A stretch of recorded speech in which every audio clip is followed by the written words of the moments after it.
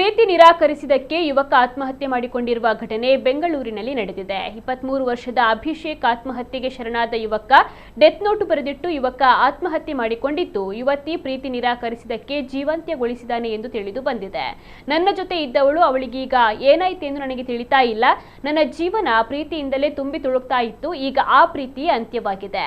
ಆದ್ದರಿಂದ ನಾನು ನನ್ನ ಜೀವನವನ್ನ ಕೊನೆಗೊಳಿಸ್ತಾ ಇದ್ದೇನೆ. ಎಲ್ಲರಿಗೂ ಹೇಳ್ತಾ ಇದ್ದೇನೆ, ದಯವಿಟ್ಟು ಯಾರನ್ನೂ ಪ್ರೀತಿಸಬೇಡಿ. ಈಗಿನ ಕಾಲದಲ್ಲಿ ಎಲ್ಲರೂ ವಂಚಕರೇ.